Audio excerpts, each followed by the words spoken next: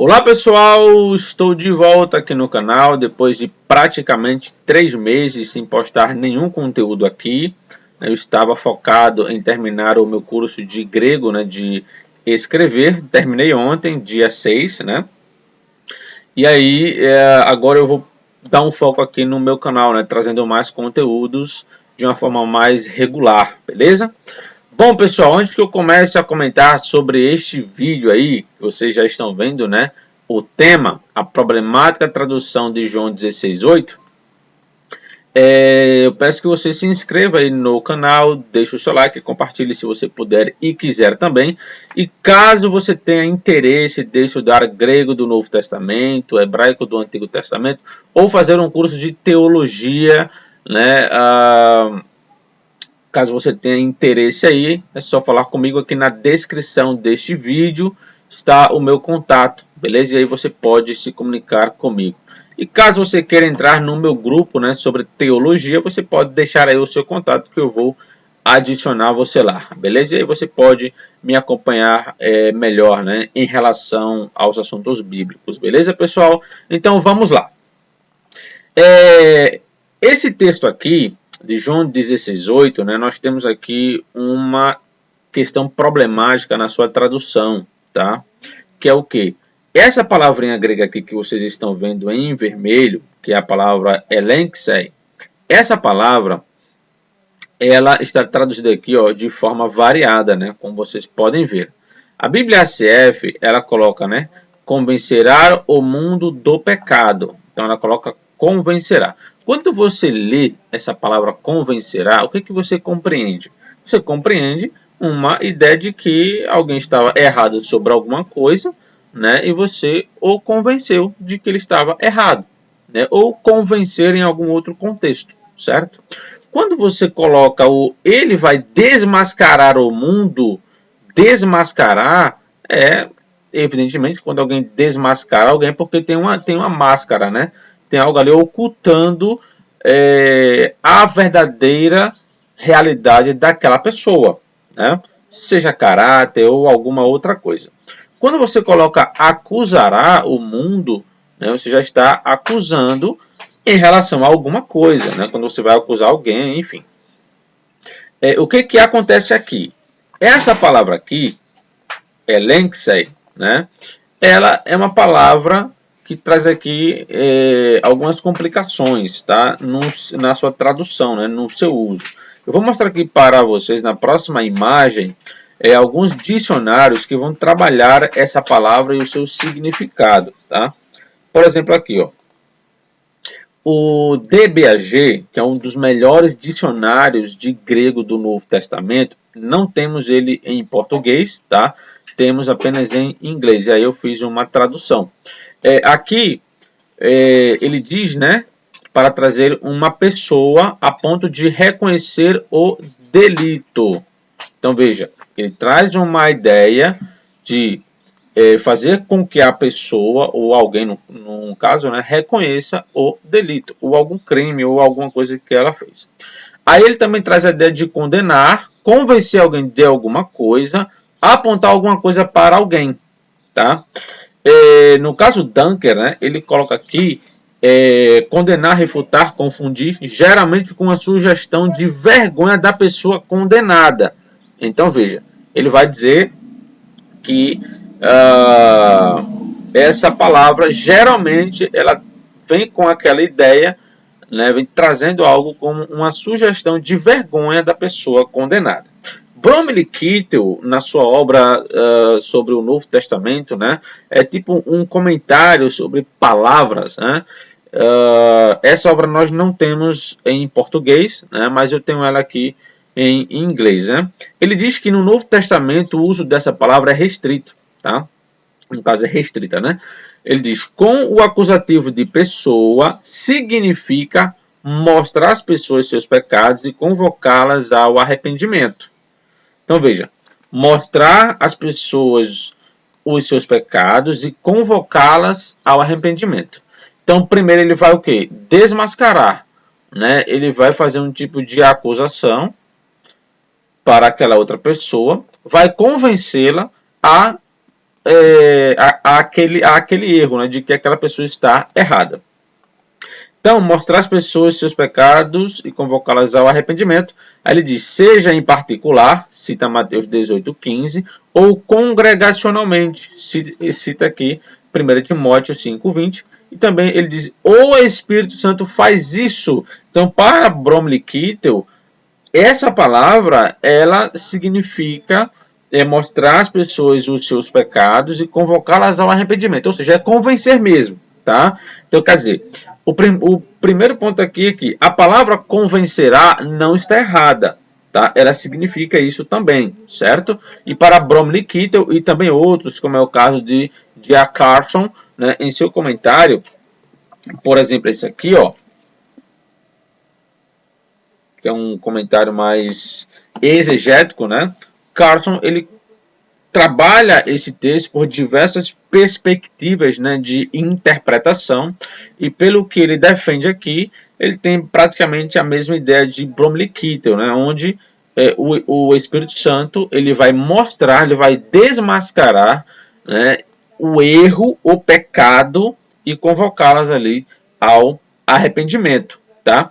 Para Moulton, né, Moulton, que também essa obra não temos em português, é uma obra em inglês que é fenomenal, né? Moulton, um dos maiores especialistas em grego do Novo Testamento, inclusive ele tem uma gramática avançada do Novo Testamento, né?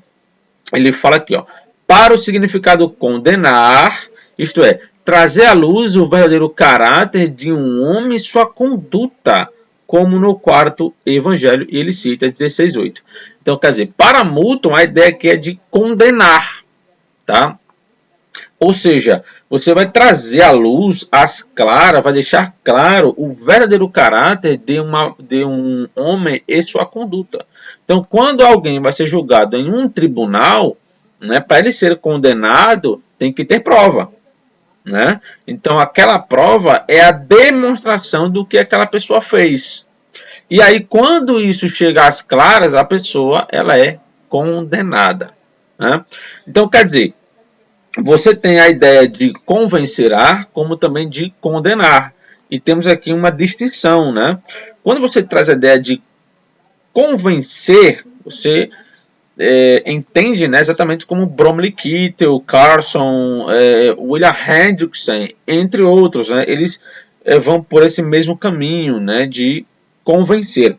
Outros estudiosos, eles vão por outro caminho, que traz a ideia de condenar.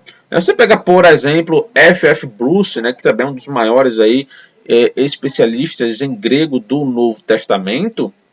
Bruce, ele defende uma ideia de que o Paráclito, no caso o Espírito Santo, o Consolador, ele é uma espécie de promotor nesse texto.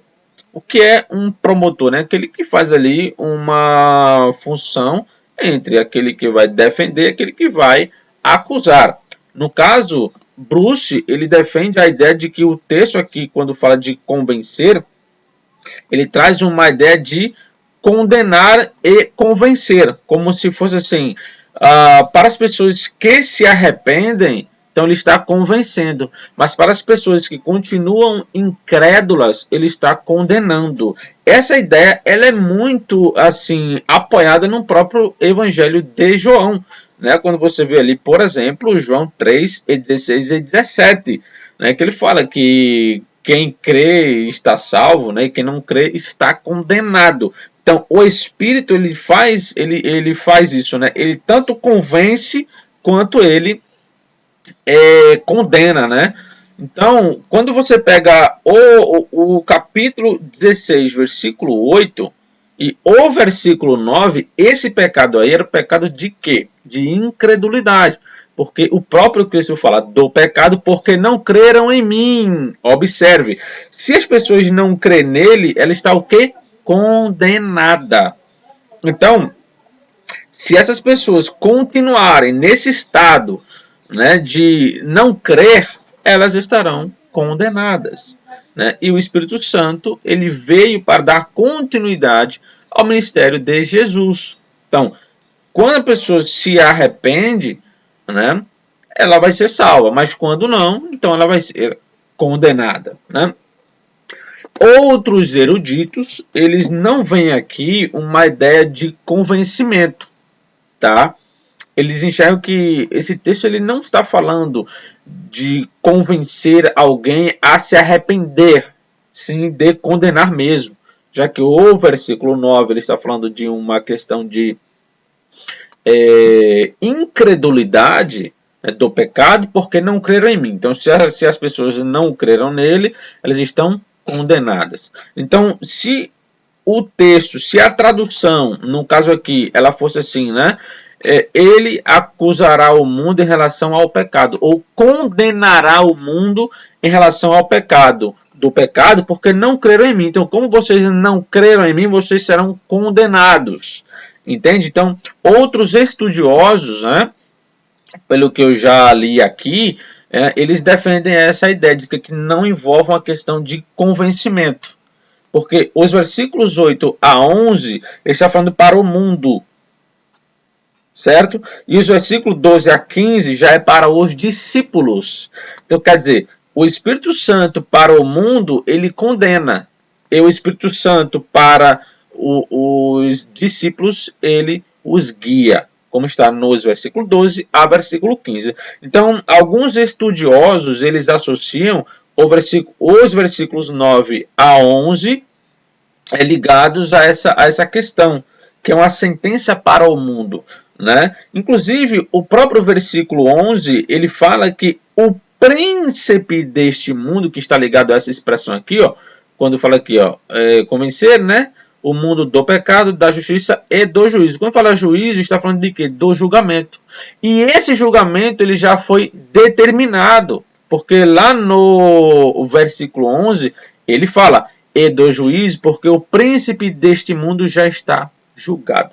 Ou seja, se o príncipe deste mundo está julgado, logo o Espírito Santo não vai convencer.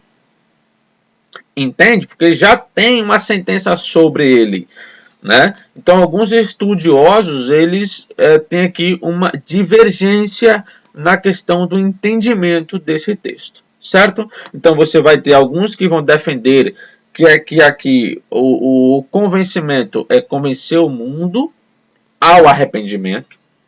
Outros falam, o Espírito Santo ele faz essas duas funções, ele tanto convence quanto condena aqui, que ele pode convencer alguém do pecado, da justiça, ou seja, pode ser do que é justo, né, como faz aqui a Bíblia pastoral, né, e quem é o condenado, certo? Então, olhando por essas várias linhas, né, de interpretação, acredito que todas essas três elas fazem sentido no contexto geral do Apocalipse, do Evangelho de João.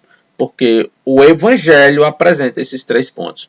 Só que, dentro desse contexto, né, algo pode ser mais específico. Então, vocês ouvindo isso, vocês podem pesquisar melhor também, fazer aí mais algumas análises, né, e chegar aí à conclusão de vocês. Beleza, pessoal? Então é isso aí. Vou ficando por aqui, né, e daqui a pouco estou de volta para trazer mais alguns vídeos, né? Claro, esse daqui a pouco pode durar um tanto de 2 a 3 dias, né? Então é isso aí, pessoal. Que Deus abençoe a todos. Fiquem com Deus e até mais.